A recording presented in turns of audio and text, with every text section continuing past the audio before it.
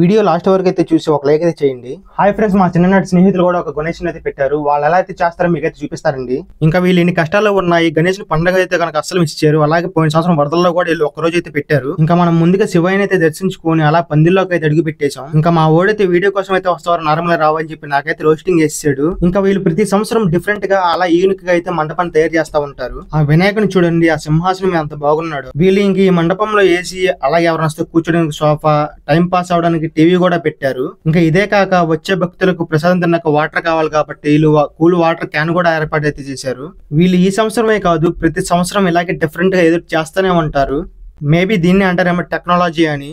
ఇంకా వీళ్ళు ప్రతిరోజు నైట్ పూట 8 గంటలకు కూచిపూడి డాన్సు అలాగే వివిధ రకాల కాంపిటీషన్స్ పెడతారు. ఇంకా కూచిపూడి డాన్స్ అవ్వగానే మా వాళ్ళు కూడా గెంతులు అయితే వేసేసారు చూడండి. అలాగే మీకు ఈ వీడియో నచ్చినట్టయితే లైక్ చేసి సబ్స్క్రైబ్ చేయండి. మీరు సబ్స్క్రైబ్ చేస్తే నాకైతే సపోర్ట్ చేసిన వాళ్ళు అవుతారు. ఉంటా, బాయ్.